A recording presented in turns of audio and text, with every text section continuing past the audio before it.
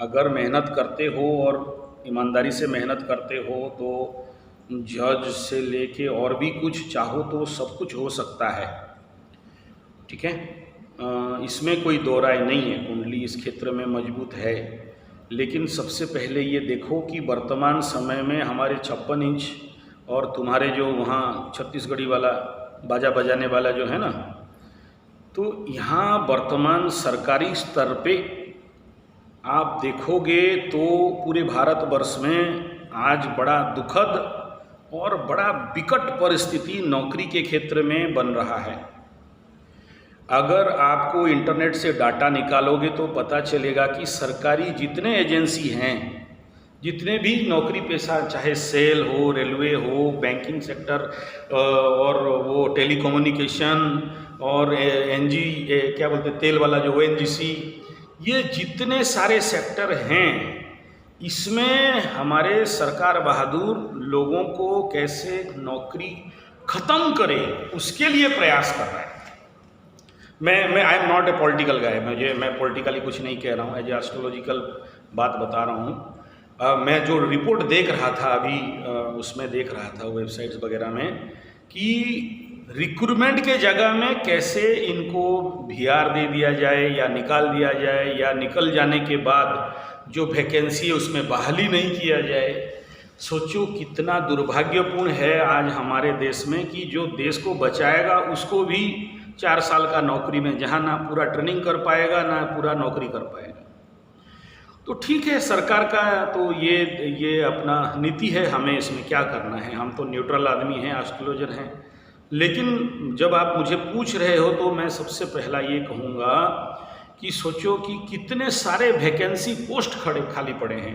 Railway के ऊपर अगर हाथ मार के देखोगे तो कितना हज़ार लाख पोस्ट खाली पड़े हैं। 12-12 घंटा का एक्स्ट्रा ड्यूटी किए और बालेश्वर में एक्सीडेंट हो गया। ऐसे हर जगह में ये चल रहा है वर्तमान कंडीशन पे। और सबसे प्रमुख विषय क्या हुआ है कि जितने सारे कॉन्ट्रैक्चुअल लेवल पे, इवन सोचो देश का सबसे बड़ा विषय है शिक्षा, एजुकेशन, कॉलेज, स्कूल्स, तो वहाँ भी वही contractual teacher, contractual nurse, contractual doctors, contractual computer data entry, contractual, सभी को कॉन्ट्रैक्ट बेस में रखा जा रहा है। तो इस क्षेत्र में अगर तुम पढ़ पुढ़ के चों चों चों सब पढ़ लो, एकदम पढ़ पाड़ के किताब उताब को फाड़ दो, एकदम अंदर घुस जाओ, किताब को घोंट के बाट के ग्राइंडिंग करके पी के एकदम क्या क्या सर्टिफिकेट है, डिग्री उग्री लेना है ले जाओ सब।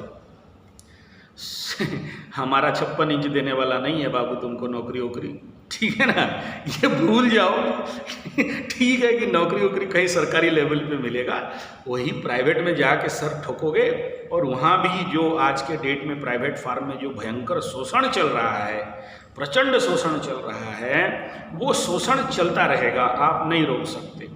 क्योंकि आज के डेट में हमारे जनसत्ताओं को जो आप देखो, जैसे पेरिस वगैरह में इतना बड़ा पब्लिक रिवॉल्यूशन, अंतर्ग्रह युद्ध हो गया, लोग जागृत हैं। हमारे भारत में कुंभकर्ण लोग अभी पड़े हुए हैं, मुख्य तो युवाओं को कह रहा हूँ।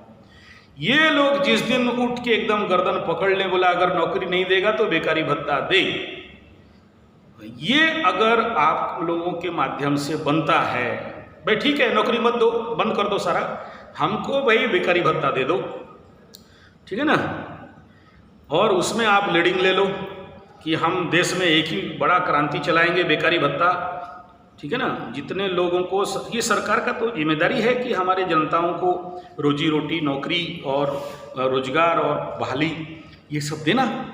वोट क्यों दिए फिर?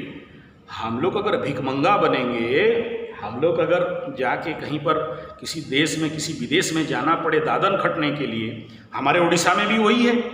हमारा उड़ीसा के जितने सारे बेल्ट है, तुम्हारे छत्तीसगढ़, संबलपुर, बलांगीर, कलाहांडी, जहाँ बच्चे बिकते हैं, वो पूरा बेल्ट संबलपुर लेके, बरगढ़ लेके सुंदरगढ़ तक, यहाँ से सारे लोग दादन खटने के लिए जा रहे हैं। तुम्हारे छत्तीसगढ़ में जाते हैं हाथ काट दिया जाता है, कहीं आँख फोड़ दिया जाता है। ऐसे यहाँ से ऑस्ट्रेलिया में जाते हैं तो ऑस्ट्रेलिया में भारतीय मूलों को मारा जाता है, ख़त्म कर दिया जाता है, शूट आउट कर दिया जाता है। और कहीं जाते हैं तो और भी उनके ऊपर अत्याचार अनाचार होता है। तो क्यों जा रहे हैं यार? हमारे भारत का छोटा देश है, जा तो रहे हैं, उनके ऊपर अत्याचार तो हो रहा है, लेकिन हमारा युवा अभी तक कोई एक अंदर से मर्द का बच्चा नहीं निकला, भगत सिंह नहीं निकला है, अभी तक नहीं निकले ऐसे व्यक्ति विशेष जो आपके उम्र के लड़के क्रांति कर लें, रोड पे आ जाएं। किसान लोग अपना जीत के अपना फायदा ले लिया, एकदम पूरा 56 इंच को एकदम 32 इंच करके रख दिया। लेकिन अब तक हमारे जो युवा वर्ग हैं, वो लोग जिस दिन एक बार देश में उठे, उस दिन जिस दिन आग लगाए, उनके देश में आग लगेगा, उस दिन फिर आप लोगों को नौकरी वोकरी मिलेगा। अभी मुझे सरकारी नौकरी होगा कि नहीं कुंडली देख के मत पूछो, ठीक है ना। कॉन्ट्रैक्ट सरकारी नौकरी माने कॉन्ट्रैक्चुअल प्राइवेट, बल्कि प्राइवेट में कहीं स्वर ठोकोगे तो ज़्यादा मिलेगा, और गवर्नमेंट में जाके करोगे तो 6, 10, 8 हज़ार के अंदर, जहाँ पर हाफ पैंट पहनने के लिए भी पैसा नहीं होगा। इधर से फिर सरकार अभी चप्पल जूता में रेट बढ़ा रहा है, टैक्स लगा के और सिस्टम बना के। 150 रुपया किलो टमाटो खरीद के खा पाओगे, ठीक है ना।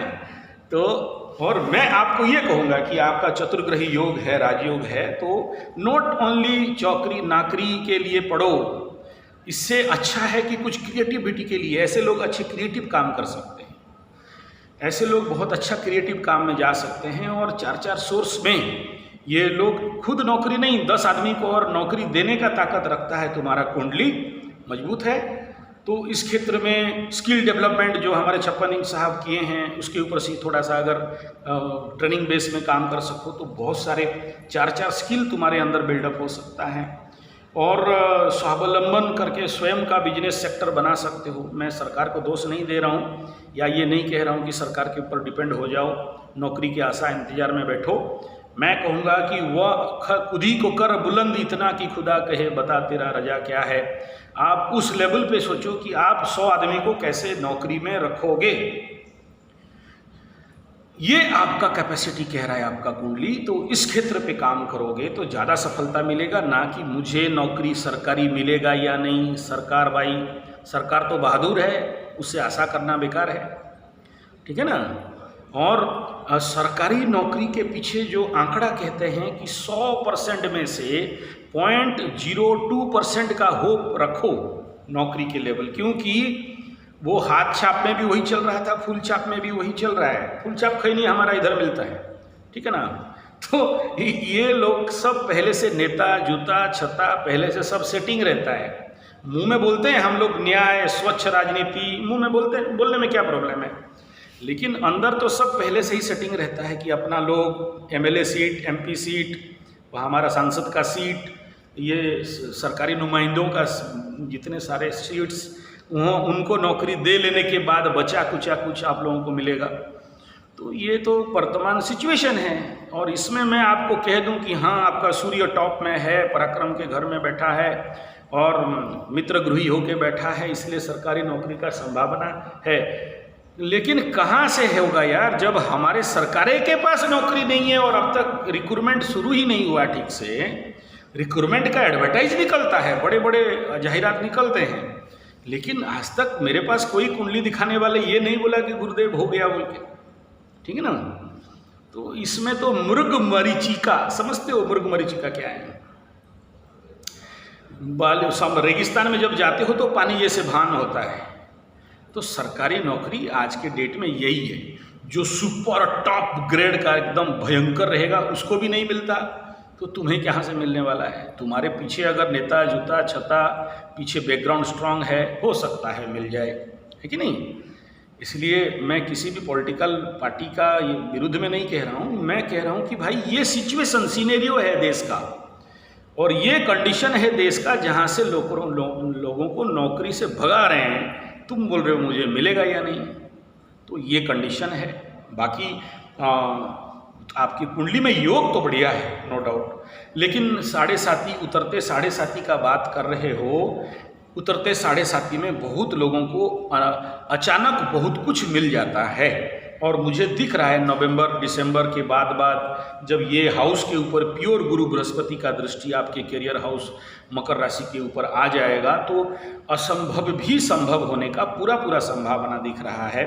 मतलब आपके होप और आशा से बहुत कुछ ज़्यादा मिलेगा, ठीक है। इसमें कोई दो राय नहीं है। और जब तक केतु यहाँ बैठा है थोड़ा भी डिग्री पावर लेके, हालांकि अभी डिग्री घट रहा है, कोई बात नहीं है, लेकिन मंगल भी यहाँ तीन चार महीना के बाद आने वाला है, तो थोड़ा सा और ज़्यादा पेचीदा कंडीशन बनवाएगा, कि सबके लिए नहीं बनाएगा, कुछ लोगों के लिए बनाएगा। लेकिन गुरु का जब प्योर शुद्ध दृष्टि आ जाएगा तो आप लोगों का करियर का समस्या कंप्लीट दूर हो जाएगा। क्लियर?